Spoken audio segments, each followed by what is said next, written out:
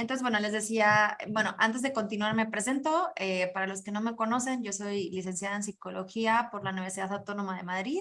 Soy maestra en Neuropsicología Clínica y Cognitiva y soy maestra también en Metodología de Investigación en Ciencias Sociales y de la Salud. De ahí que les voy a compartir algunos resultados de algunos trabajos que yo realicé y aparte, bueno, soy especialista en terapia neuroafectiva y coach creativo. Entonces, bueno, ahí tienen mis redes en Instagram, me pueden seguir, luego les comparto más datos. Vamos a empezar ya metiéndonos en materia sobre qué es el TDAH y me gustaría preguntarles y devolverles un poco la batuta a ustedes para que me digan qué es lo que creen o qué es lo que saben del TDAH.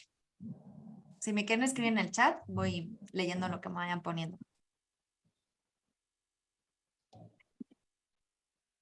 Alguien que quiera abrir el micrófono y me quiera decir o por qué resultó interesante la charla como para venir. No habrá, no habrá. Ok, les voy a dar un poco de chance porque estamos empezando. Les pongo aquí, les comparto una frase que dice Sarah Young, es una mujer que tiene TDAH y ella define vivir con TDAH como estar en una, o sea, encerrada en una habitación con 100 televisiones y 100 radios, todas sonando a la vez y que en realidad ninguna de ellas tiene como botones de on-off, con lo cual no se puede apagar y la puerta está cerrada desde fuera. Eso, bueno, está explicado en inglés. Entonces, para que vean, siempre pongo este testimonio, porque evidentemente, como hablábamos en otras ocasiones, una cosa es lo que vemos desde fuera y otra cosa es lo que vive la persona cuando tiene este tipo de trastornos, ¿no? Y entonces cuando nosotros nos estamos quejando porque la persona es desorganizada o es hiperactiva o es muchas cosas, cuando en realidad lo que está sufriendo esa persona adentro es esto, ¿no? O sea, como si estuviesen literal en 100 salas de cine a la vez y con películas distintas sonando a distintos tiempos, a distintos volúmenes y no hay manera como de apagar ese ruido mental de su cabeza, ¿no? Y entonces la complejidad que se supone. Ajá, veo que alguien podría, sí, trastorno de déficit de atención con hiperactividad, ajá, así es el TDAH. Sí, utilices las siglas sin explicar efectivamente qué es trastorno de déficit atencional. Puede tener hiperactividad o no, de ahí sea como la diferenciación entre TDA y TDAH. Entonces, bueno, pues ¿cuál es la situación con el TDAH y por qué es importante? Últimamente, no sé tanto acá, pero al menos desde hace unos años, salió un debate, ¿no? Un poco de si realmente era un trastorno que existía o no. Entonces, bueno, aquí puse la metáfora de como el ratoncito Pérez, ¿no? ¿Realmente es una construcción que se ha hecho o realmente sí que existe el trastorno per se y es posible diagnosticarlo? O más allá de todo eso, es una necesidad a veces de los profesionales de poner un nombre a algo que no consiguen entender, o a veces, bueno, a veces también lo que se dice es que pues puede ser que sean niños malcriados, ¿no? Personas que igual tienen como otros modales, entonces se les tacha también de TDAH. El tema es que en todo caso, si hay una buena validez clínica del trastorno y si existe realmente.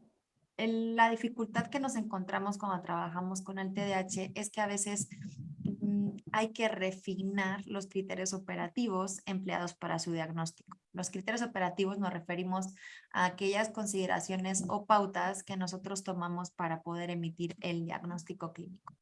En este caso, sí va a haber correlatos neurológicos, pero como en otros trastornos del neurodesarrollo, y también lo estuvimos viendo cuando hablábamos de autismo, obviamente juega mucho a favor el juicio clínico, ¿no? A veces también uno se puede equivocar como diagnosticándolo. Entonces lo que sucede es que obviamente hay literatura contradictoria, a veces esa información no está tan clara y aparte no termina de haber como un consenso bastante exhaustivo sobre lo que es el TDAH y lo que no, porque ya les comento, hay muchos detractores, hay gente que comenta que no existe, eh, comentan que en realidad es como un síntoma de otro tipo de situaciones, más allá de un trastorno como catalogado como tal, ¿no? Con toda la complejidad. Entonces, por ejemplo, pues aquí hay otra frase, quiero aprender acerca de mi ADHD, pero no puedo encontrar las páginas. Es como la complejidad que nos encontramos con estas trastornos. Estoy leyendo, era por si acaso me habían contestado algo más. Ok. Sí, veo que hay también problemas con el audio. Suban sus volúmenes, creo. Prueben a ver si pueden subir como sus volúmenes. Sí, el de sus computadoras. Entonces, bueno, pues como les comentaba, hay un debate, ¿no? Si en realidad es una discapacidad, si es una enfermedad, si es un problema o no. Lo que parece ser es que todo el mundo está de acuerdo es que sí existe esa casística, sí existe esa problema, esa dificultad, pero no tiene necesariamente que tener entidad clínica. De ahí viene el debate. También digamos que lo categorizarían no como una enfermedad, sino que es un problema o una forma de ser que genera desadaptación. Eso también lo veíamos el otro día cuando estábamos hablando de autismo, ¿no? O sea, cuando hablamos de trastorno es como es un alejamiento del comportamiento que consideramos promedio y consideramos normal. No me gusta mucho utilizar esa palabra, pero sí promedio porque es un tema estadístico. Pero en realidad no es una enfermedad, no es una enfermedad que sea contagiosa, obviamente, sino que sí que es una serie de dificultades o a mí me gusta decir que es igual que en el caso del autismo, es una forma de ser, o sea, son unas características personales que hacen a unas personas diferentes de otras e iguales entre sí, ¿no? Entonces, bueno, pues obviamente para poder aclarar todo este debate hace falta un enfoque científico más contextual, funcional, ecológico, cultural, interpersonal.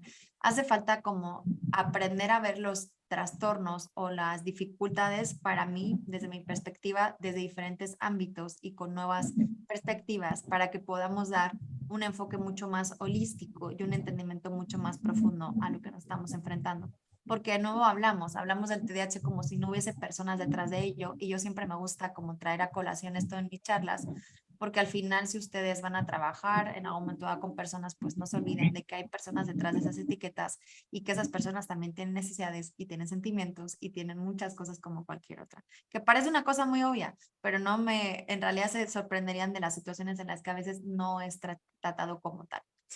Entonces, bueno, iniciamos con cómo se catalogaba anteriormente. Anteriormente era definido como un trastorno del comportamiento en el DSM-5, bueno, en el DSM-4 en aquel momento, el DSM-5 ya lo considera un trastorno complejo del neurodesarrollo. ¿Y qué implica esta diferencia de, digamos, de categorización?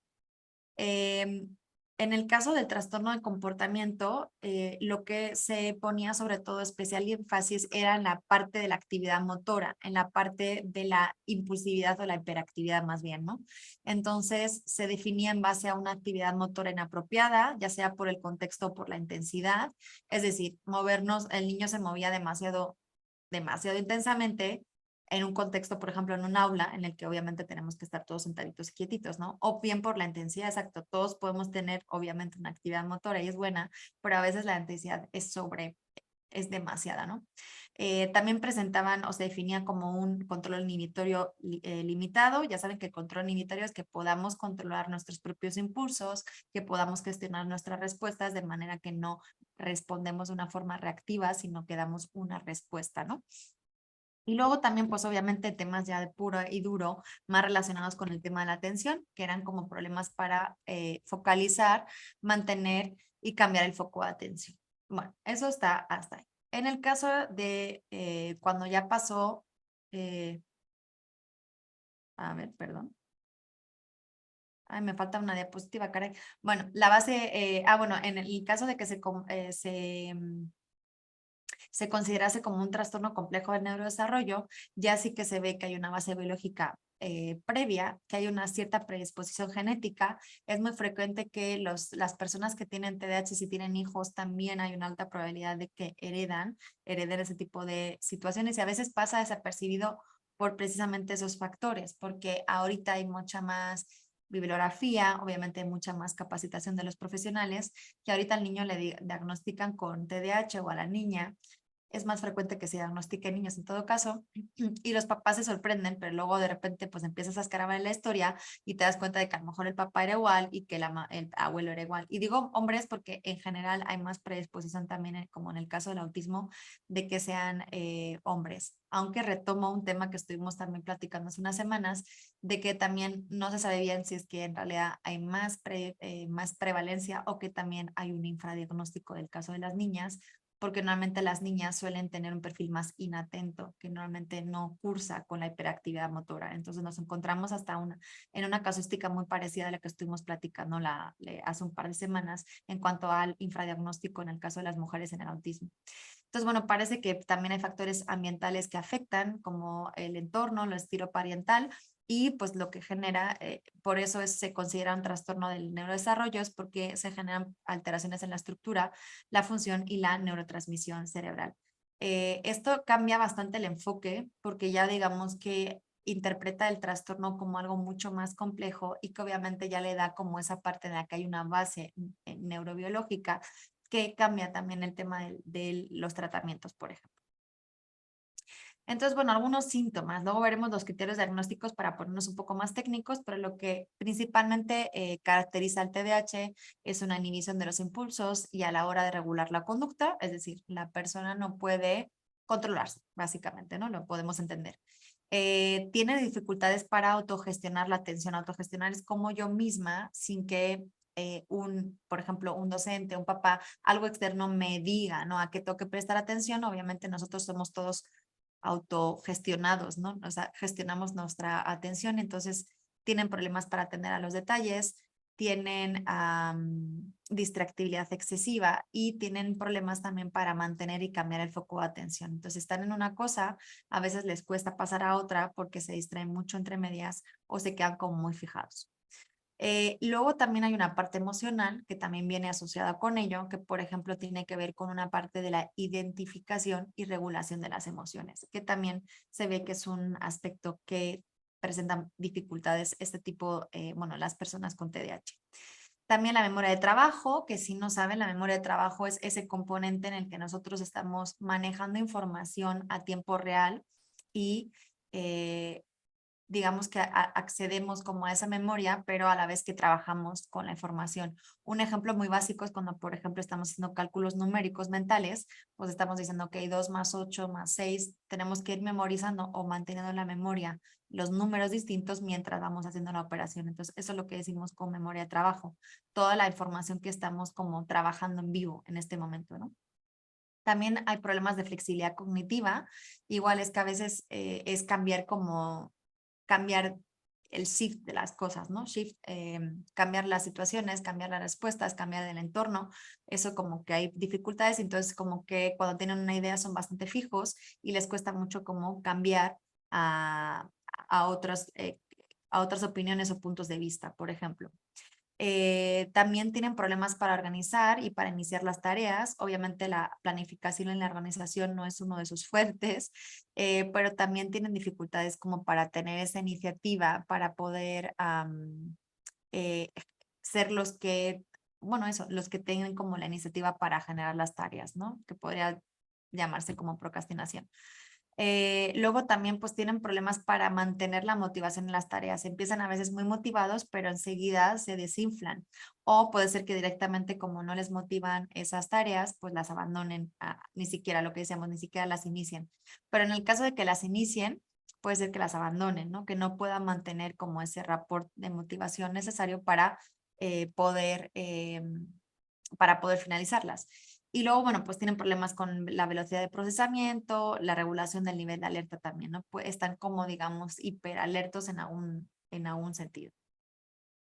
Y además aquí, pues eso, el TDAH es como la energía para hacer toda cosa, pero para hacer todo, pero el foco para conseguir ninguna, ¿no? Entonces, efectivamente tiene mucha energía, lo cual podría ser un beneficio, pero el tema de que no puedan focalizar su energía, o sea, perdón, su atención, hace que al final terminen por no resolver nada. Entonces, bueno, al final, desde la perspectiva que yo defiendo que es la neuropsicológica, es, bueno, más allá de todo, a mí no me interesa, a mí digo como profesional en general, quizás no me interesa tanto saber la etiqueta de la persona, pero sí me interesa, por ejemplo, conocer sus puntos fuertes y débiles, conocer cómo impacta eso en su vida cotidiana, para que yo, teniendo esa información, pueda dar el apoyo adecuado, que en este caso es poder orientar la intervención. Ay, perdón, me pasé de... Uy. Orientar la intervención para que sea una medida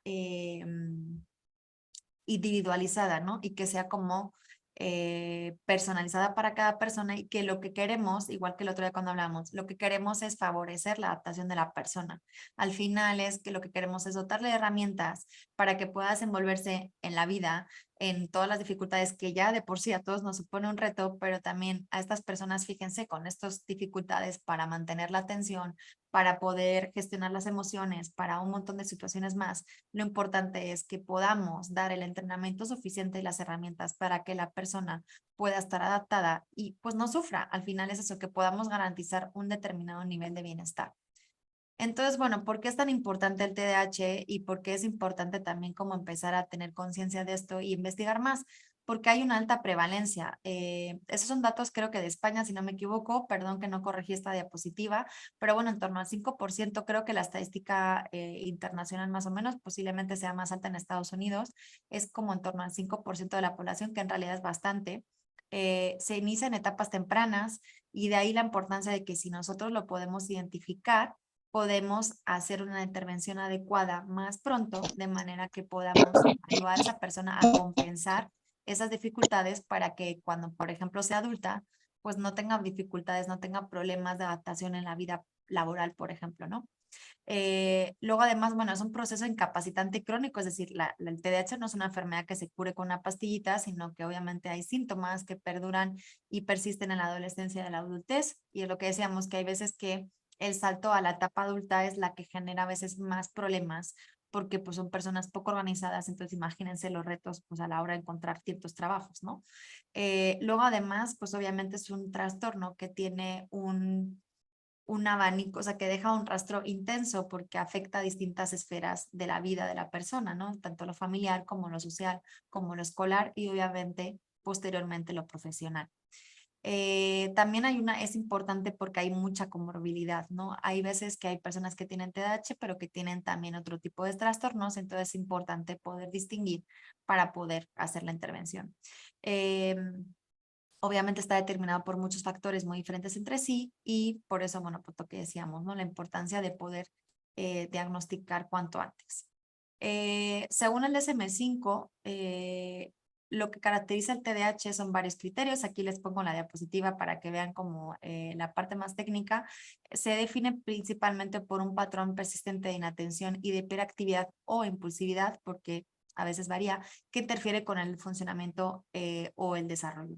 El DSM-5 lo que siempre trata es que no tanto es, también, o sea, ustedes conocerán gente que se inquieta, que es igual más distraída, pero el tema es siempre justo esa última frase, es como que interfiere con el funcionamiento o con el desarrollo, o sea, que genera consecuencias en la vida cotidiana, o sea, que realmente hay un efecto. Eso es lo que genera como mayor diferenciación. Entonces, bueno, según el criterio A1, que son los síntomas de déficit de atención, obviamente persisten de hace más de 6 meses, entonces tiene que ser como al menos 5 de esos síntomas. Entonces suele ser como, el patrón súper básico es, por ejemplo, bueno, lo de que no prestan atención a los detalles. Entonces, por ejemplo, suele ser muy frecuente lo del tema de las erratas gramaticales, ¿no? O sea, que escriben con errores o escriben palabras que no están del todo correctas porque no prestan atención. Tienen problemas para seguir instrucciones. Es lo típico de, no, si te dije que no hicieras esto, pues es que se pierden en la primera, siguen igual al primer paso, el segundo, pero ya cuando pasan al tercero o cuarto ya se olvidaron de todo. Luego, si no les están mirando como directamente a la cara, pierden la atención, entonces a veces es importante, por ejemplo, en el caso de los niños, también de los adultos, es como poder captar su atención, que te estén mirando a la cara, y ahí sí que son capaces de atender mejor. Am, Tienen dificultades para mantener, como decía antes, como para mantener la atención en tareas que son largas, por ejemplo, conferencias, leer, una película, bueno, pues todo eso les cuesta. Hay problemas de organización, entonces son muy desordenados, gestionan mal el tiempo, piensan que tienen más tiempo del que disponen o que les va a tomar menos tiempo del que realmente les toman las tareas, entonces infravaloran o, o sobrevaloran su capacidad de resolverlo. Entonces al final lo dejan todo sin terminar, entonces lo hacen toda última hora, terminan haciendo los deberes súper tarde, entonces bueno, todo como un poco desorganizado. Luego también, bueno, pues todas las tareas que les generan precisamente por este motivo que les comento, todas las tareas que requieren un esfuerzo mental sostenido, pues normalmente son muy reacios a hacerlos, ¿no? Entonces los trabajos escolares, tener que preparar informes, tareas de estas típicas que son como largas y monótonas y que requieren mucho esfuerzo cognitivo, pues obviamente no les gusta. Luego, bueno, pues también como que si viene un pájaro, pues se distraen con el pájaro, si viene otro estímulo, son muy volubles, son como niños chicos, ¿no? En el sentido que son muy volubles a la distracción en el entorno y luego pues a veces son descuidados con las tareas diarias.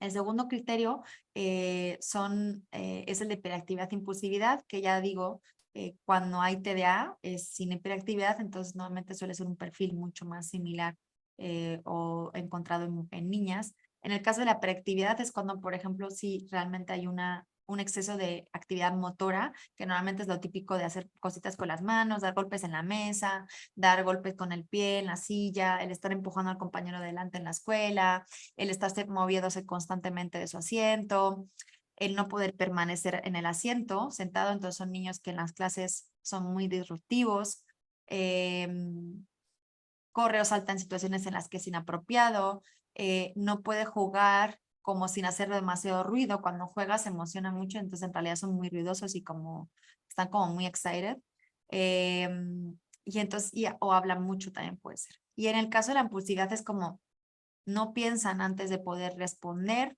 eh, no, se impacientan mucho cuando tienen que esperar su turno, ¿no? Por ejemplo, en los juegos o si tienen que hacer fila en algo, pues se impacientan muchísimo. Puede pasar también que como que te pregunten antes de que uno haya terminado de hacer la pregunta o que sean como de esos que interrumpen las conversaciones de los demás. Entonces, bueno, estos serían como los criterios que yo creo que se pueden hacer la idea de que en realidad hay muchas personas como parecidas. Este es el enfoque criterial, esos son los criterios, son 2 criterios, bueno, aparte de otros temporales y demás, y entonces ese es el enfoque criterial que tiene algunas limitaciones, ¿no? Porque, por ejemplo, no tiene en cuenta las diferencias inherentes al desarrollo, y entonces son los mismos criterios para todas las edades, y esto es un problema porque, fíjense, de lo que estábamos hablando antes del tema de interrumpir, el tema de tener actividad motora, pues en etapas tempranas del desarrollo es lo habitual en los niños, ¿no? Que sean desorganizados, que no hagan las tareas a veces más por la típica rebeldía de la edad, más que por temas de atención. Entonces, es una dificultad de que a veces podemos decir que una persona, sobre todo en etapas tempranas, podemos decir que alguien tiene TDAH cuando en realidad puede ser que es un tema comportamental asociado a la edad, ¿no? Que sea un tema de desarrollo y que a veces, ya saben, los niños no se desarrollan a la misma velocidad ni a los mismos niveles y pues igual son niños que no tienen todavía finalizadas esas etapas del desarrollo y que a veces tienen un comportamiento un poco más descontrolado de lo que se esperaría de su edad, pero es un tema de desarrollo, no es un tema de un trastorno de déficit de atención. Entonces, bueno, creo que de ahí viene un poco el tema de que esté sobrediagnosticado, a mi juicio, el tema del TDAH. Como decía, pues no tiene en cuenta la edad, con lo cual no hay puntos de corte y entonces, por ejemplo, cuando son menores de 4 años, como estaba diciendo, pues en realidad muchos son manifestaciones típicas del desarrollo. Y cuando las personas, los niños, las chicas también superan los 16 años, hay muchos falsos negativos porque la hiperactividad disminuye con la edad, entonces empiezan a hacer un perfil más inatento y entonces como no molestan tanto, esto, aunque lo diga así, es así, ¿no? O sea, como no genera tanta, imagínense, claro, tener un alumno que se está moviendo todo el tiempo es disruptivo, entonces llama la atención y por ahí se ponen las medidas, se derivan a los especialistas, pero cuando esa etapa también ya con la pubertad se pasa un poco, pues a veces eso puede pasar desapercibido y entonces pues hay gente que tiene TDAH o TDA más bien, en este caso sin la hiperactividad, pero sí sigue teniendo ese problema. Luego tampoco contempla diferencias de sexo, que también como comentaba, pues normalmente las mujeres en general de promedio suelen tener un perfil más inatento que hiperactivo. Luego aparte no tiene en cuenta los factores contextuales porque pues obviamente un niño se puede comportar así, pero si en casa no se comporta así o cuando va a casa de un amiguito, pues igual hay que tener en cuenta que estos síntomas se tienen que manifestar en todos los ámbitos de la persona o al menos en 2 o 3 para que en realidad sea información válida. Y aparte, en este caso también estamos preguntando a los informantes que también pues pueden tener una opinión determinada, ¿no? Bueno, luego aparte determina que la duración de los síntomas es que tiene que ser como 6 meses mínimo para poder ser diagnosticado, entonces no sabemos que es insuficiente o no suficiente. requiere presencia de síntomas en 2 o más contextos, que es lo que decía antes, pero suele haber desacuerdo entre informantes, porque a veces el niño se porta muy bien en la escuela y se comporta muy mal en la casa o a la inversa, ¿no? Y luego obviamente pues hay subtipos que veremos también un poquito a continuación y entonces hace que los criterios sean como demasiados estancos, ¿no? Demasiado poco flexibles. Entonces, bueno, ¿cuál es el nuevo paradigma que está surgiendo un poquito en torno a estos temas? Ok, es como decía, un enfoque más vinculado con la neuropsicología, en el que se define el TDAH como un síndrome complejo que implica alteraciones en el desarrollo de las funciones ejecutivas. Entonces, como decíamos, es un trastorno del neurodesarrollo. Hay una alteración en el desarrollo de las funciones ejecutivas que ahorita les explico brevemente en qué consiste. Tamara, te interrumpo tantito. Sí. Ay, ya se cortó, ¿verdad? Oh, ¿me puedes Tamara, lo reiniciar que mi pasa es internet? que se entrecorta tu voz. No sé si a todos les pase o todos lo están escuchando, porque hay unos lapsos en los que estás hablando y ya no se te escucha. Sí, creo que es igual. Es que como ha estado lloviendo aquí en la ciudad, a veces funciona un poco mal el internet. Una disculpa, pero sí, o sea, de hecho me puse acá porque hay mejor conexión, pero sí me da cuenta que también se me congela la voz. Entonces, a ver si, bueno, vamos a probar, a ver. Si hay alguna cosa de todas maneras que se haya quedado sin escuchar, como pueden decir con gusto, yo la puedo repetir, ¿vale? Pero ya saben que aquí a veces en internet funciona un poquito regular. Para los que no viven en la Ciudad de México, al menos, pues sí, en México a veces pasa. Gracias por el apunte. Entonces, bueno, lo que decía es como eso, hay unas alteraciones en las funciones ejecutivas que fluctúan de acuerdo con la situación, por eso ahí podemos entender por qué se generan en unas situaciones y no en otras, que son crónicas y que obviamente interfieren significativamente con el funcionamiento de la persona en sus diferentes como áreas o dimensiones. Entonces, bueno, el tema es que el enfoque dimensional, que es el que se plantea frente al criterial, es que no estamos hablando de un concepto todo o nada, ¿no? Sino porque al final todos, si ustedes están viendo este tipo de dificultades, incluso alguno de ustedes se ha podido sentir identificado con algunas de las situaciones, ¿no? Porque efectivamente el uso que hacemos de las funciones ejecutivas o, no, o nuestro funcionamiento varía, ¿no? Varía en la edad, varía en el tiempo, varía a lo largo de los días. Entonces, obviamente no puede ser como algo tan básico, ¿no? Y entonces, bueno, yo siempre digo, no se asusten, porque a veces cuando doy clases como a estudiantes más jóvenes, pues dicen, no, pues es que eso lo hago yo, tendré TDAH. Entonces, efectivamente, el enfoque dimensional no. Lo que nos permite es decir, ok, puedes tener una afectación en las funciones ejecutivas, pero no tenemos por qué estar hablando de una etiqueta. Entonces, bueno, el enfoque lo que hace es que en este punto la inhibición se considera el déficit central eh, para justificar el retraso del desarrollo de las otras funciones. Entonces, como hay falta de inhibición, pues el tema es que el resto de las funciones que están asociadas no se desarrollan adecuadamente. Entonces estaríamos hablando más, como decía antes también, de un retraso o una inadecuación en el desarrollo de la capacidad de las funciones ejecutivas. No es que no tengan, sino que hay un retraso.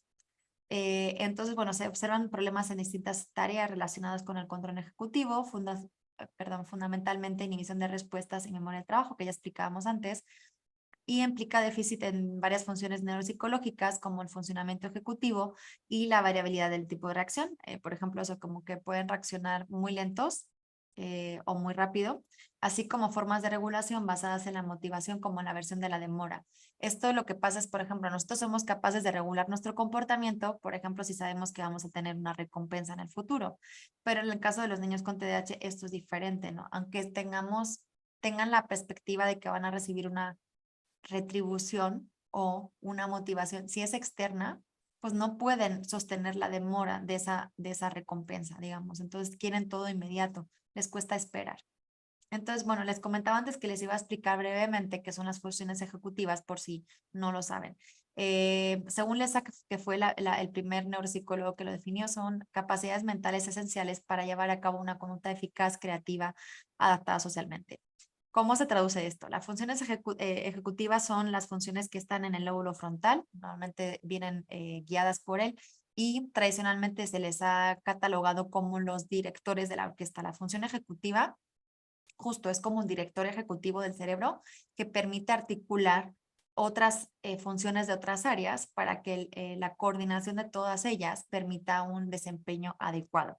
Entonces es el que nos permite conectar con las áreas del habla, del lenguaje, de la memoria, para que yo, por ejemplo, esté hablando oralmente de la charla que tengo memorizada y en realidad pues también la corteza occipital, que es la visual, porque estoy viendo la diapositiva, la estoy viendo a ustedes. Entonces, bueno, digamos que Coordina se encarga de que todo funcione de la forma adecuada, ¿no?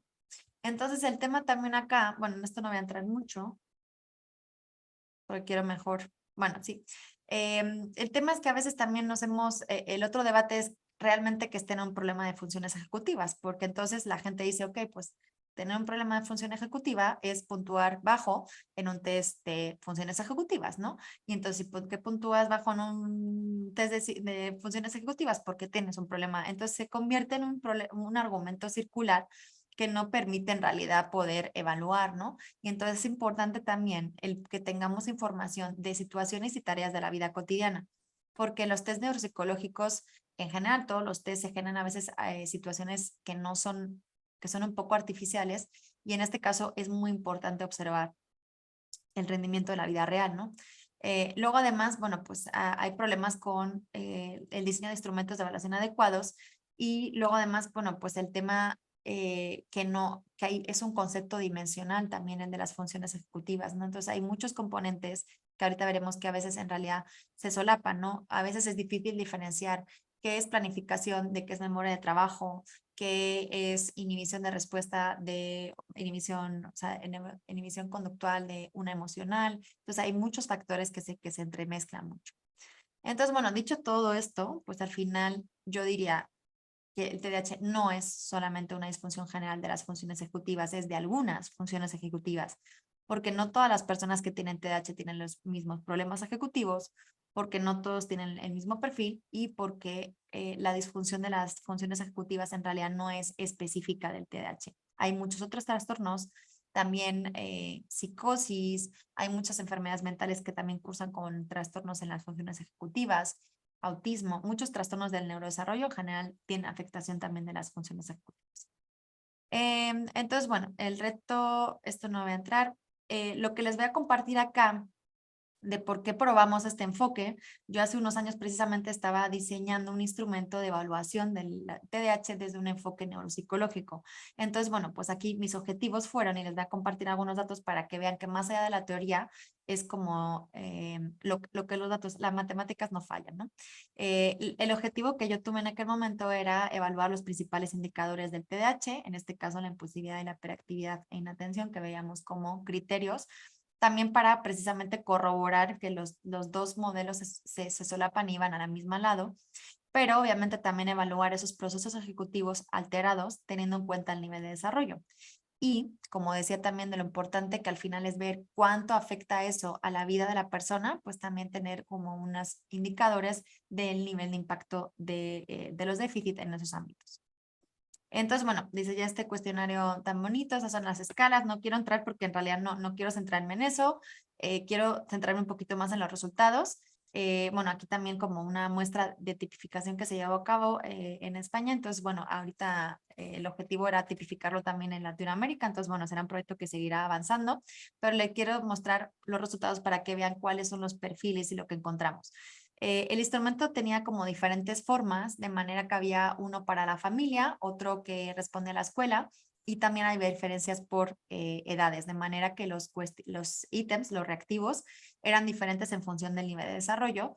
Todo eso lo estuvimos como probando, documentando con expertos, lo probamos. Y entonces, bueno, el tema, como ven, les comparo aquí la gráfica, tomando uno cualquiera, porque ya les digo que no es una charla como que quiero que sea ese el punto, sino como destacar el perfil. Tomamos en este caso la versión de familia de 6 a 18 años. La línea naranja que observan es el de los casos normales, y la línea verde, bueno, como azulita, es la de los casos clínicos, es decir, las personas que ya habían sido diagnosticadas previamente con TDAH. La línea morada que se divide es un punto 65, que a nivel estadístico indica que por encima de esa, toda marquita que vaya por encima de esa línea, ya sería como suficientemente alejado del promedio, con lo cual sí podríamos como hablar de un déficit, ¿no? A nivel estadístico, igual, tampoco me quiero meter como en la estadística. Entonces, como ven, el punto, la raya del 50, que es esta de acá, es lo que es el promedio, o sea, lo que es la media de la población, ¿no? Entonces, como ven, más o menos, en el caso de la muestra normal, pues todas las personas puntuaron en torno a la media, un poquito más abajo, pero nada notorio. Sin embargo, ya ven que en el caso de los clínicos, aquí están todas las muestras juntas, sin diferenciar, pero ven que ya hay muchos picos, por ejemplo, en inatención, que es la primera variable. En hiperactividad no tanto, pero aquí en atención hay muchos problemas de atención. Aquí en memoria de trabajo, flexibilidad cognitiva. Aquí también encontramos planificación y organización. Aquí orientación, era orientación, ¿ok? Y también pues aquí el factor de familia. Esto pues nada, metimos una variable de sueño, pero aquí pues no puntuó demasiado alto, pero como de afectación a nivel de familia. Entonces, como ven, sí que hay un perfil como diferencial. En el caso de cuando aplicamos la escuela, es decir, cuando preguntamos a los profesores de esos niños que respondían al cuestionario, pues aquí encontramos igual, más o menos la población normal puntúa un poquito más arriba de la media, pero sigue estando normal dentro de lo esperable estadísticamente. Y los casos clínicos son estos de aquí arriba en color turquesa, que como ven igual, destacan mucho atención, acá memoria de trabajo, planificación y flexibilidad saltan muchísimo notoriamente, y también obviamente pues que refleja este pico, que refleja como la afectación a nivel de escuela. Entonces, bueno, hicimos también una versión de autoinforme en el que entre 8 y 18 años les preguntábamos a los chavales cómo ellos se percibían, ¿no? En relación a determinados aspectos, ¿no? A su rendimiento. Entonces, obviamente, no están aquí los resultados, pero pues ellos no tienen conciencia de que tengan esos problemas. Y la conciencia que tienen de los problemas es por lo que les cuentan otros. Por lo que les cuenta la profesora, el profesor, lo que le cuenta la mamá. Entonces ellos pues en realidad no, son mucho más optimistas, o bueno, hay casos en los que no, pero son bastante más optimistas en su eh, rendimiento, ¿no? Entonces, no se ve porque está el monete, pero bueno, como ven más o menos las dos líneas ya no sobrepasan la morada, sino que se encuentran más o menos en torno a la media, entonces ellos eran como mucho más eh, optimistas. Entonces, bueno, aquí ya sin comparado con lo normal, con la muestra normal, analizando otra vez la muestra TDAH, pues como ven, inatención es como la común de todos. Aquí veremos por qué hiperactividad no tanto, pero bueno, atención y volvemos otra vez, ¿no? Hiperactividad, exacto, porque cuando es más baja es que hay una alta hiperactividad, perdón, porque en este caso están como contrarias. Y bueno, pues aquí vemos que el patrón se sigue repitiendo. Y en el caso hicimos también un análisis en el que analizamos, va a ser, hicimos agrupaciones en distintas submuestras en el que, por ejemplo, estaba el perfil combinado, que era TDAH con inatención e hiperactividad, y luego el perfil inatento. Entonces, ven que, por ejemplo, el inatento, obviamente, tiene mucho más problemas acá de control. Es concentración y emo es control emocional, perdón, es control de la conducta, y emo es como autocontrol emocional, y vemos que tienen mucho más, no tienen tantos problemas como los combinados, que si aquí prima más ya sobrepasa la línea morada, perdón, la naranja, en la que obtienen puntuaciones más altas en temas conductuales. Por eso, o sea, sí que salió que efectivamente, pero nuestro interés sobre todo era en estas partes, ¿no? En la parte de la memoria operativa, que aquí se ve que, por ejemplo, el inatento tiene unos poquitos más de problemas. En flexibilidad cognitiva, que son más los problemas que presentan los grupos de rasgos combinados, y también la planificación y la organización, ¿no? Entonces, así, esos son como los factores neuropsicológicos. Entonces, bueno, para verlo más fácil, aquí les pongo la tablita porque las gráficas a veces son más complejas de interpretar. Entonces, lo que salió es que el subtipo inatento tenía mayores puntuaciones en atención, en control atencional, memoria de trabajo, flexibilidad, planificación y organización. Y en el caso del combinado, pues aquí vemos que efectivamente sí pudimos detectar que había hiperactividad e impulsividad también, y en el que obviamente los rasgos distintivos era que había mucho problema de regulación conductual. Entonces, digamos que entre un tipo y otro, la diferencia es el tema de la hiperactividad motora y el tema de la regulación conductual y emocional. Y como ven, las escalas de impacto social y familiar, pues fueron más notables. En el caso del inatento, el inatento no molesta, entonces pasa mucho más desapercibido. Entonces, bueno, pues estas son las conclusiones. Lo que se observa es que la memoria de trabajo sí está afectada en ambos tipos, pero sobre todo eso, como la atención, la planificación y la memoria de trabajo es como en todo tipo de TDAH se va a encontrar eso y que obviamente pues va a haber una diferencia en función de la sintomatología internalizante y externalizante. Entonces, bueno, para concluir un poco las conclusiones. El objetivo de toda esta charla y un poco de presentar los resultados era un poco precisamente eso, mostrar que es posible hacer una evaluación de las funciones ejecutivas, perdón, del TDAH desde el enfoque de las funciones ejecutivas.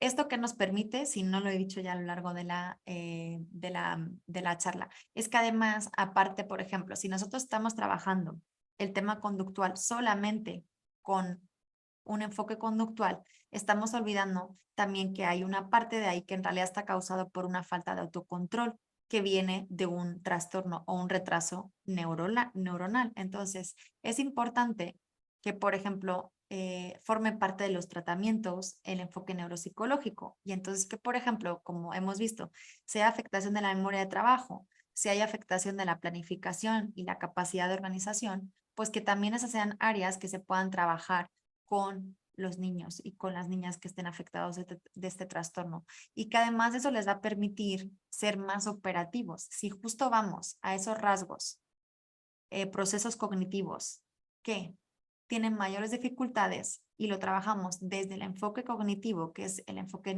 que hacemos en neuropsicología, que es ir a trabajar el proceso, no solamente la conducta, sino el proceso de base y estimular también las áreas cerebrales para que eso se pueda como reactivar y se pueda como compensar y se pueda rehabilitar en función del contexto, cuánta ganancia podrían tener estos niños. Entonces, por eso, como parte del speech, ya sabes, quienes me haya visto alguna vez ya saben que siempre les dejo como un mensaje ahí como de conciencia, es eso, que el nutritivo sería si pudiéramos como darle ese complemento a la terapia para que ellos pudieran como mejorar sus procesos, que a su vez les va a permitir mejorar el rendimiento de sus tareas, lo cual les va a mejorar también el estado de ánimo, porque como en otros trastornos, al final es sentirse diferentes, no es fácil para nadie. Entonces, por eso es importante que también que ellos puedan sentirse como capaces o solventes en algún aspecto. Como también cuando hablamos del autismo, también es importante que si uno sabe qué procesos quizá tienen más dificultades, puede elegir, por ejemplo, una profesión o unos estudios o, bueno, tomar decisiones de vida que vayan más acorde con sus características. No quiero decir ni siquiera déficit, sino con sus características, ¿no? Y entonces, por ejemplo, pues la gente que tiene TDAH, si tiene problemas motores y inquietud, pues en realidad qué maravilla si trabajas en temas de deportes, por ejemplo, ¿no? Entonces, si uno sabe cuáles sus puntos fuertes y sus puntos débiles, pues también puede tomar decisiones vitales cada vez más alineadas con eso, que le permita sentirse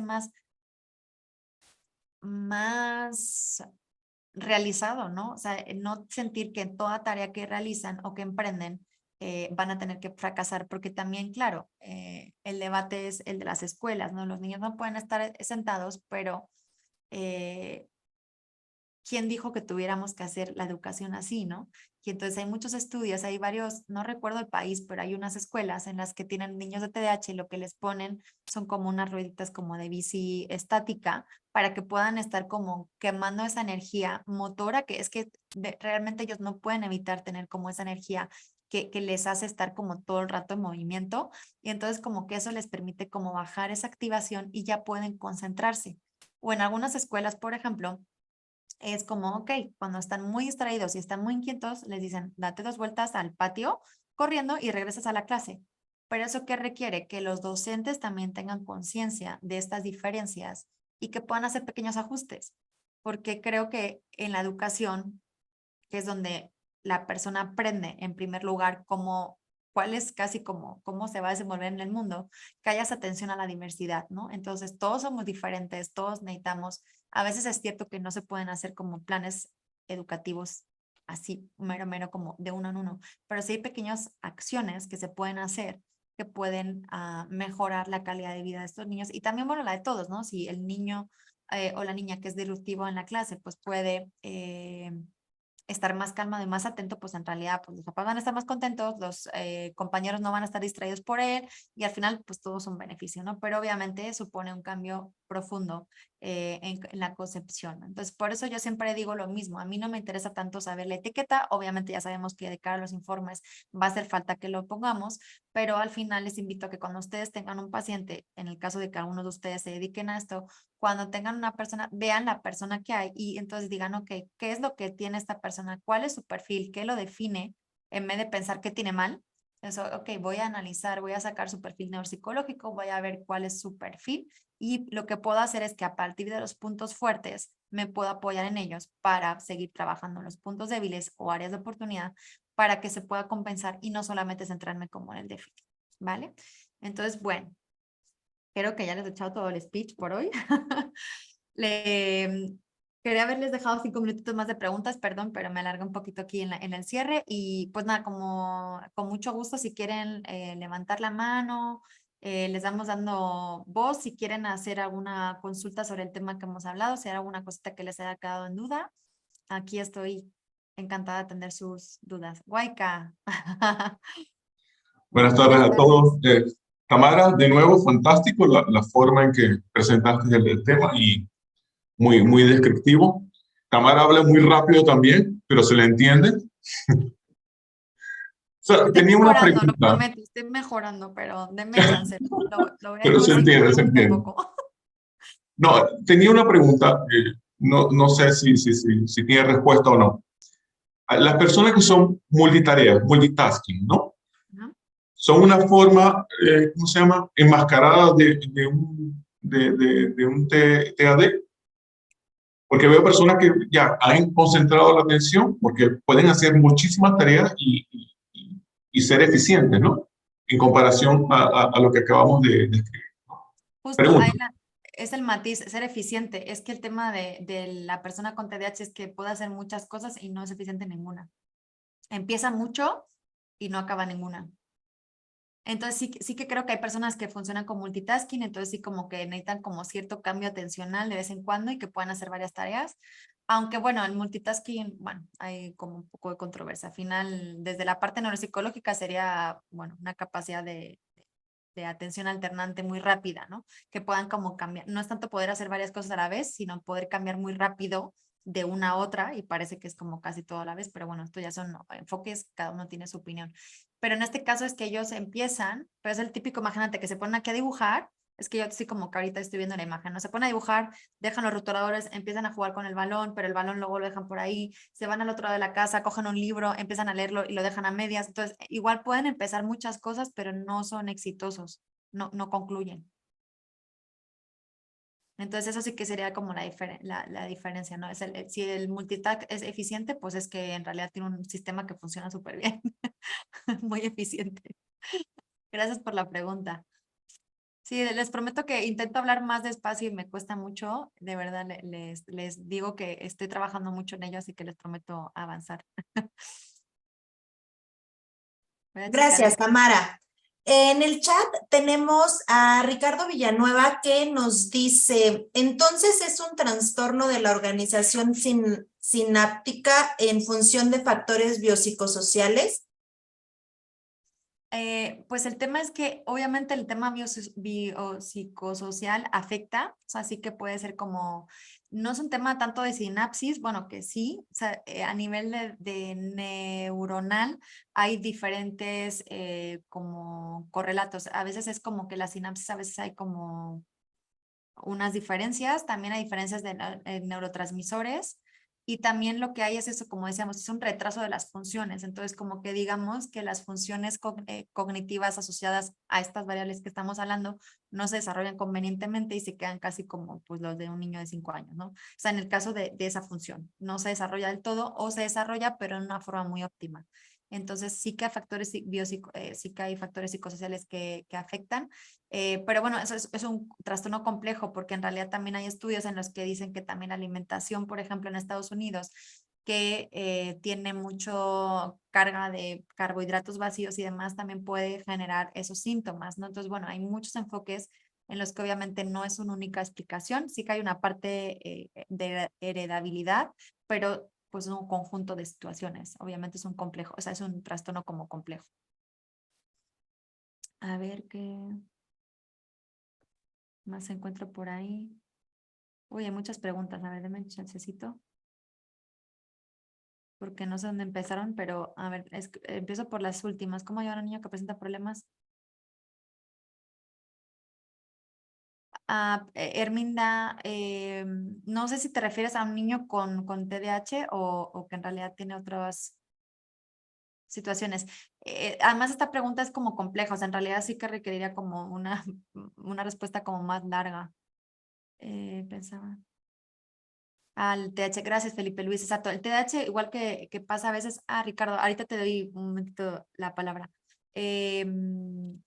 El TDAH, claro, es que afecta a los niños, pero luego esos niños se hacen mayores. Entonces, lo que pasa es que igual con el autismo es qué pasa con esos niños que luego se hacen mayores y nos olvidamos. Y hay muchos adultos con TDAH que no fueron diagnosticados porque en su época quizás no estaban de moda el diagnóstico y entonces ahora pues surgen y de repente se hacen pruebas y detectan que tienen y ya lo entienden todo porque pues no había como esa información. Ricardo, buenas tardes. Buenas tardes. Una pregunta.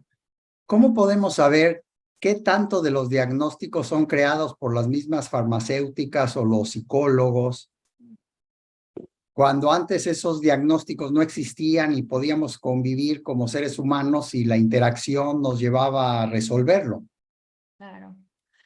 Pues justo lo que he intentado averiguar yo durante toda la charla. Gracias por la pregunta, porque ya veo que hay alguien como de mi team. No, es complicado, o sea, el cómo saberlo es complicado. Fíjense que yo tenía un profesor, cuando yo estudiaba la maestría, que me dijo, por ejemplo, el tema también de si a los niños les medican o no les medican, que bueno, eso es otro tema aparte, ¿no? Y decía, si a un niño le das una Coca-Cola y se calma, es que tiene TDAH. O sea, efectivamente hay un tema neuronal, hay un tema de que así hay una activación y sí. Pero no hace falta medicarles, les das una Coca-Cola y como que eso les baja Entonces creo que como que a veces la prueba es más fácil. Efectivamente yo también tengo una teoría de que hay algunos de estos trastornos que están inflados, o sea, y se vuelven como muy virales también, y yo no sé qué es lo que hay detrás, la verdad, porque no creo, yo también otra opinión que tenía de lo que yo cuando estaba más en la clínica en esta parte, también hay niños que simplemente es que pues no, digamos, no han aprendido a tener límites, son, digamos, los conocidos como maleducados, entonces al final, claro, no es que el niño tenga TDAH, es que igual no se le educó a que se tiene que portar así, ya sea. Entonces, bueno, ya les digo que el diagnóstico es complejo por eso, ¿no? Porque creo que a veces e igual, los trastornos y los problemas que generan molestia a otros, normalmente yo creo que se sobrevaloran, se sobrediagnostican, ¿no? Entonces, al final el profesor prefiere ya como derivarlo a alguien porque molestan a clase y no sabe gestionarlo, ¿no? Cuando en realidad si supieran gestionarlo, no haría falta quizá ninguna de las otras cosas, ¿no? Pero bueno, gracias por la... Herminda, buenas tardes. Sí, buenas tardes. Gracias por toda la información que nos proporciona.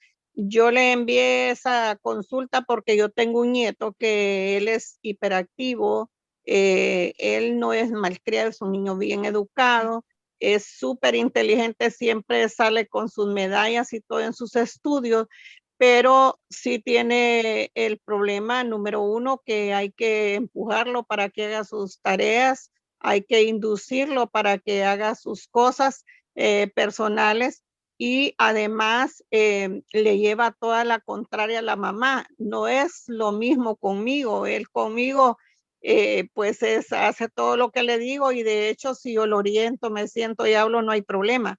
Pero sí con la mamá le lleva toda la contraria y sí tiene bastante problema de hiperactividad, ¿verdad? Y no controla también sus emociones en el caso de que algo le gusta. Por ejemplo, si le dan una comida que le gusta, pues de repente trata de querer comer más, aunque la medida ya se pase. Entonces sí, he estado yo investigando por esa parte para ver cómo puedo ayudarlo.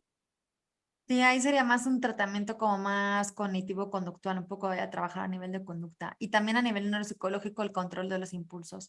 Pero es normal, es normal que lo que hablábamos, que no se comporte igual en todos los ámbitos ni con todas las personas y que precisamente le dificulte el sociabilizarse porque como tienen una Es correcto, conducta es correcto.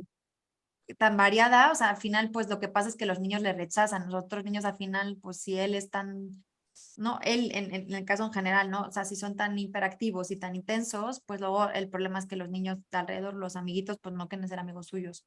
No, Entonces, él se relaciona bien con los niños, pero si nosotros, por ejemplo, decimos salude a alguna persona adulta, en el caso, en algún evento, en algún lado, él saluda a algunas personas, pero a otras no es afectivo con todas las personas. Con los niños y compañeros de escuela, él se relaciona muy bien, es muy habilidoso, toca un montón de instrumentos porque le generamos a que él toque instrumentos para que se distraiga y para que pues le sirve también a él en su vida diaria y a él le gusta, pero sí tiene ese problema. sí, bueno, los instrumentos son muy buena cosa y efectivamente, pues también las personas que no tenemos ningún trastorno, pues también a veces mostramos nuestro afecto selectivamente, entonces no deberíamos tampoco alarmarnos por eso. Gracias, Herminda. Leo algunos comentarios. Adolfo Vila, soy un adulto con TDA. Sí, y en tu caso es necesario tener alguna distracción para poder poner atención, exacto. Eso puede ser. Gracias por tu mensaje. Petronila nos cuenta que tiene una sobrina diagnosticada, exacto, con una lesión en la corteza frontal, exacto. Puede ser que a raíz de una lesión, la manifestación que se tenga es como de TDAH, ¿no? Entonces, estamos atendiendo neuropsicología con ejercicio de respiración y evolucionando. Qué bueno, me alegro que además como que sea chiquita que pueda ir evolucionando. ¿Qué tipo de test descubrir puntos fuertes? Bueno, este que les ponía yo todavía no está publicado porque la investigación todavía no está en curso, pero para el test para descubrir estos puntos fuertes y deberes a nivel de neuropsicológico saldrá, espero que pronto, se llama Atento, entonces bueno, igual en algún momento dado lo encuentran. Diferencias de TDAH con TEA, esto nos daría para una conversación aparte, perdón Alexander, pero sí, son trastornos que son muy diferentes, entonces hay que, obviamente los síntomas y los criterios diagnósticos son muy diferentes. Sí que hay etapas en las que es difícil diferenciarlos, pero sí ya sería como una pregunta demasiado extensa. ¿Cómo podemos diferenciar un TEA de un TDA? A lo mismo. Me preocupé. Ok, no sé si hay alguna preguntita más.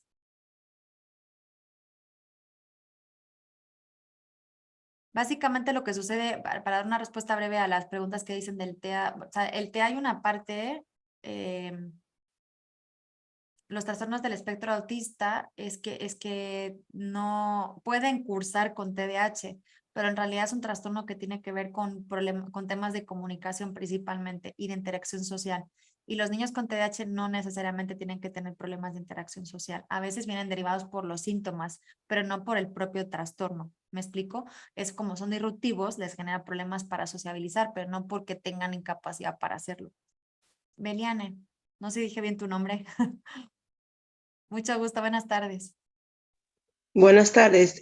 Ahorita dijiste que se podía ayudar a esos niños tratando de entender cuáles son sus puntos débiles y sus puntos fuertes. Ahora me dices que ese test todavía no ha salido. ¿Perdón? Ahora me dice, ahora me dijiste ahorita que esos niños se les puede ayudar en vez de concentrarse en el problema, concentrándonos en sus puntos débiles y sus puntos fuertes para poder ayudarlos. Pero todavía el test para saber cuáles son los puntos débiles y los puntos fuertes todavía no ha salido. Más No, o bueno, menos cuándo sale. hay diversos instrumentos y en todo caso hay como otros instrumentos sueltos que se pueden evaluar. O sea, uno puede evaluar memoria de trabajo, uno puede evaluar, o sea, se puede evaluar. Se puede evaluar con lo que hay cosas en el mercado para poder, hay baterías neuropsicológicas en las que se puede evaluar. No son específicas de TDAH algunas, otras sí, pero sí hay instrumentos. Yo ahorita en población americana no tengo ahorita en la mente, pero sí existen. Ok, gracias. En todo caso, o sea, cuando uno es neuropsicólogo tiene herramientas como para ver ese perfil, aunque no exista la batería, pues se puede como crear la propia batería juntando distintas pruebas. Gracias. Yesenia. Tamara, ¿terminamos con la aportación o con la pregunta de Yesenia? Sí, yo sí tengo, sí. Buenas noches. El chat y me distraje. Yo tengo una pregunta y estamos viendo algunos trastornos de hiperactividad y déficit de atención. donde el aprendizaje no está comprometido. Y mi preocupación es cuando el aprendizaje está comprometido, los niños se comportan de una manera diferente y agravan su situación. En el manejo de ellos, ¿cómo pudiera ser? Imagina que no tuviera ni comunicación, afectado aprendizaje y también tuviera una comorbilidad. Es muchas cosas para una sola crianza, un solo niño. Muchas veces vienen acompañados hasta de trastornos del sueño. Entonces, tú no sabes cómo identificar cuáles son sus gustos ni sus preferencias porque son tan inatentos, son tan hiperactivos que tienen un juguete y no les gusta ese juguete, brincan para otro y otro. Y entonces a mí me preocupaba porque dice que los niños que yo atiendo son de 4 años en adelante. Y precisamente tengo niños de 6 años en esa situación. Cuando dar un falso positivo, cómo ir diagnosticando o clasificando ese niño, porque a mí tampoco me gusta etiquetear a los niños, pero para tratar de darle un atendimiento eficaz, tienes que en algún momento decir, oye, el diagnóstico principal es este, las comorbilidades son estas y empezar por ahí. Mi pregunta es, cuando un niño tiene 4 años o 6 o tiene todas estas condiciones, ¿qué es lo que podemos hacer? Se diagnostica como TDAH, se diagnostica como hiperactivo, se diagnostica como ¿por dónde vas a entrar? Bueno, pues en función del que sea, el que tenga más evidencias, ¿no? O sea, si hay dudas entre varias, obviamente el que haya más evidencias. Yo de todas maneras, bueno, creo que hay que ser prudente, pero como bien dices, o sea, obviamente hay veces que hay que poner en el informe. Con 4 años es que hay mucho tema de desarrollo todavía, entonces que también ni siquiera las funciones ejecutivas en niños normales, de desarrollo normal, están desarrolladas, entonces a los 4 años vamos a sobrediagnosticar a todos, todos tendrán TDAH, ¿no? Entonces, es un tema cuando en realidad eso genera como un impacto grande, ¿no? Y yo empezaría, obviamente, pues es que hay que ir descartando, o sea, hay que ir con los criterios, hay que ir con los instrumentos, hay que encontrar fuentes, o sea, hablar con las escuelas, no solamente lo que diga el papá y la mamá, sino también buscar fuentes, distintas fuentes y aplicar distintos instrumentos, no basarnos solamente en uno. Entonces, es como una labor de investigación.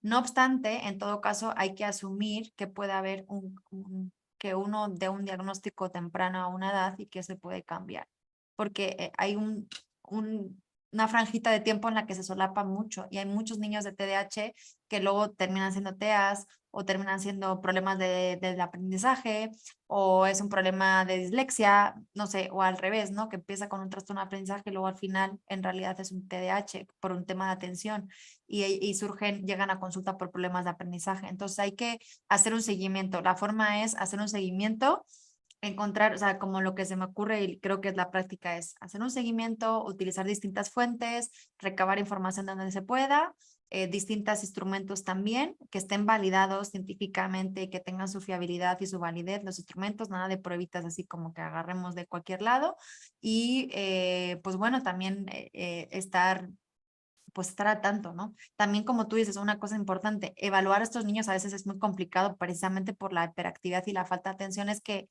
o sea, nos puede llevar mucho tiempo evaluarles porque no sostienen tampoco la atención para las tareas, ¿no? Entonces hay que tener paciencia, planificar que las evaluaciones sean igual más cortitas y que sean más días que vengan a vernos para poder evaluarles, para que no se cansen. Y también hay que tener ojo con eso, porque a veces también el rendimiento puede ser más por el cansancio, porque a ellos les cuesta mucho hacer tareas, ¿no? Cognitivas y demás, entonces tenemos que tenerlo en cuenta e intentar ajustarlo lo más posible para que el diagnóstico, o sea, la información que saquemos esté lo más limpia, entre comillas, que siempre, bueno, va a haber esta situación, ¿no? Les comento, pero para menos que sea la más objetiva posible. Entonces, ahí también entramos en una contradicción con el diagnóstico precoz, es decir, ese diagnóstico que se da por la primera impresión que tenemos de los niños. Ese diagnóstico en edades tempranas, entonces es fiable el diagnóstico de observación a largo plazo y de evidencias mejor. Claro, o sea, un diagnóstico que pensar que no se va a mover en el tiempo puede que no sea realista en determinados casos. No quiero tampoco animarles a que utilicen esa de decir, ah, bueno, pues si no lo cambio ya. Pero sí, obviamente yo creo que va a haber una parte en la que es difícil llegar a un diagnóstico muy fijo porque pues son muchas variables, ¿no? Obviamente, pues ahí por eso yo siempre insisto la importancia de que los profesionales estén bien formados y bien entrenados y tengan muchos casos y que estén acostumbrados y ya el juicio clínico, el ojo clínico les va a ayudar mucho a eso, ¿no? Y obviamente sí, claro, es difícil, pero en todo caso, en el momento que, aunque no podamos ponerle etiqueta, por eso digo, es importante, pero para el tema de la intervención, pero si yo consigo identificar al menos que el niño está teniendo dificultades, estas y estas, más allá de la etiqueta, yo sí puedo intervenir en las dificultades que veo a día de hoy, porque las dificultades que se llamen TDAH, que se llamen trastorno generalizado del desarrollo, que se llame TEA, que se llame trastorno del aprendizaje, sí, pero me va a dar igual, entre comillas, si yo me centro en, ok, ¿qué le está costando al niño ahora? ¿Le está costando centrarse? ¿Le está costando sacar las materias? ¿Le está costando, ok, me voy a centrar en lo que veo y en las dificultades que estoy como viendo? Y entonces por eso hay como un poquito menos de margen de error, porque al final me estoy centrando en, ok, ¿de qué pie cojea? Entonces, ok, le voy a poner la muleta en esa pierna, no se le voy a poner en la buena. Entonces, ahí. Gracias por la Muchas pregunta. gracias, muchas gracias. Gracias a todos por sus preguntas. Muchísimas gracias, Tamara. Sí.